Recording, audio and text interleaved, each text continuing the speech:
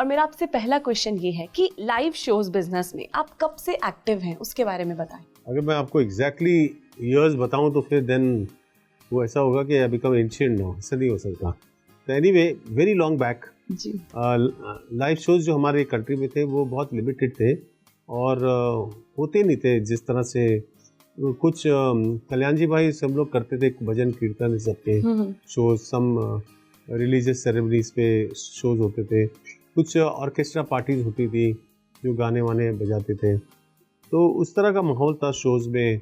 जब मैंने एंटर किया तो मैं देखता था इन शोज़ को और फिर मैंने भी एक दो म्यूज़िकल शोज़, क्योंकि म्यूज़िक के लोग थे, हमने म्यूज़िकल का शोज़ ऑर्गेनाइज़ किए। मुझे उसमें वो मज़ा नहीं आता था, तो मैंने सोचा क्या करूँ इससे जिसमें वो शोज़ डायनामिक लगे, अच्छे लगे।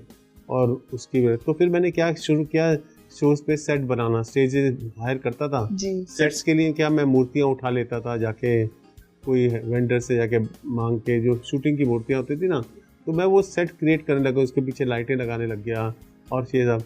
फिर भी उसके बीच में म्यूजिशियंस बैठ जाते थे, तो एक थोड़ा सा एक सेटिंग हो जाती थी लाइव शोज में। जो पहले तो खाली ब्लैक एरिया होता था, उसमें म्यूजिशियन बैठ जाते थे, एक सिंगर आके गाना गाता था एंड दैट्स इट। देन उसके बाद मैंने, उस टाइम तो एलईडी और सब ये सब थे नहीं, एंड तो फिर मैंने सोचा, उसके बाद भी मुझे अच्छा नहीं लगा, क्योंकि म्यूजिशियंस की जो एक स्टाइल थी वो 3-3 घंटे शायद बैठ नहीं सकते होंगे, या उठ जाते थे, चले जाते थे while show is going on, और वो फिजिटीनेस पीछे होती थी स्टेज, तो stage never to look perfect. तो फिर मैंने क्या किया, फिर मैं यंग बच्चों को जमा करके डांसर्स को जमा किया मैंने, बहुत सारे। उन डांसर्स में फॉर्चुनेटली बड़े बड़े नाम भी आजकल के, जैसे फराह खान है, गीता कपूर है, ये निहाल खान, फिर गणेश हेगड़े, ये सब डांसर्स हुआ करते थे मेरे। यंग चिल्ड्रन थे, यंग। तो हम लोग बैठ के फिर वो डांस कोरियोग्राफ करते थे और एक सिंगर के पीछे डांस होता था, और म्यूजिशियंस को बोलते थे गाने जब हो जाए आप हट जाइए, तो डांस तो शुरू होता था, स्टेज एम्प्टी होता था, डांसर होते थे, सिंगर आता था, गाता, तो द विजुअल वाज व्यू। तो लोग देखते थे ऐसे करके, क्या क्या है, it was like that. Costumes भी हमें मिल जाते थे, क्योंकि शूटिंग के कॉस्ट्यूम्स होते थे उस ज़माने में किसी को। फिर मुझे पता नहीं था कि ये इतना बड़ा बिजनेस हो जाएगा, मुझे अंदाज़ा नहीं था कि ये क्या हो जाएगा, ये डांस का हो जाए। डांसर्स की तो लाइव बना दी मैंने, इतने हज़ारों ग्रुप्स खुल गए, ये सब ने कॉपी कहाँ से करे थे, लोकल बच्चों को पकड़ते थे, हर कोई अपने एरिया के बच्चों को, तुम जान सकते हो, तो डांस जिनको आता था वो तो करते थे, तो उनका ट्रूप बन जाता था। तो ऐसे करके कितने मशरूम हुए, लाखों groups all over the India.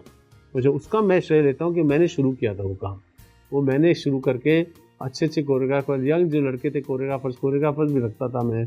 और फिर अब क्या करें, उससे पैसा वैसा तो नहीं बनना, तो पता चला कि इंटरनेशनली एक्टर्स का बहुत अट्रैक्शन है।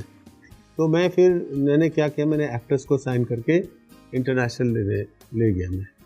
वो उससे पहले फिर मुझे याद है कि हमने एक एल्बम रिलीज़ किया था, बस फोकसिंग के म्यूज़िक का फोकस था मेरे पे। तो मुझे याद है हमारा एक टोगो फोगो नाइट है, जिसपे रिसेंटली किसी ने एक्सपेरिमेंट किया है कि from SK Salman Khan films, where they are talking to us कि हम ये कैसे 3 लड़के नीचे मिलके वहाँ तक टोगो फोगो नाइट ऑर्गेनाइज किए थे सब स्टार्स के साथ। तो एक टोगो फोगो नाइट पे एक हमने बहुत सारे आर्टिस्टों को मिला के एक स्टेज पे शो किया था बॉम्बे में। उस शो में मेरे को याद है मेरा एक गाना रिलीज़ हुआ था, हम सब को सलाम करते हैं, दुनिया को राम राम करते हैं, हम सब को सलाम करते हैं, दुनिया को राम राम करते हैं, जान लो हमें पहचान लो हमें, जान लो होने जान लो हमें, हम भी तो अच्छा काम करते हैं, हम सब को।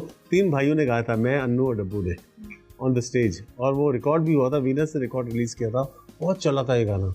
और उसके बाद मुझे आइडिया आया था कि एक्टर्स के साथ शोज़ करने चाहिए, एक्टर्स के साथ। तो फिर मैंने वो शुरू किया दौर, and that went on till 2007। Wow, it went a very long time, very long journey. I covered, उसमें मे बी 10,000 शो किए होंगे मैंने ऑल ओवर द ग्लोब।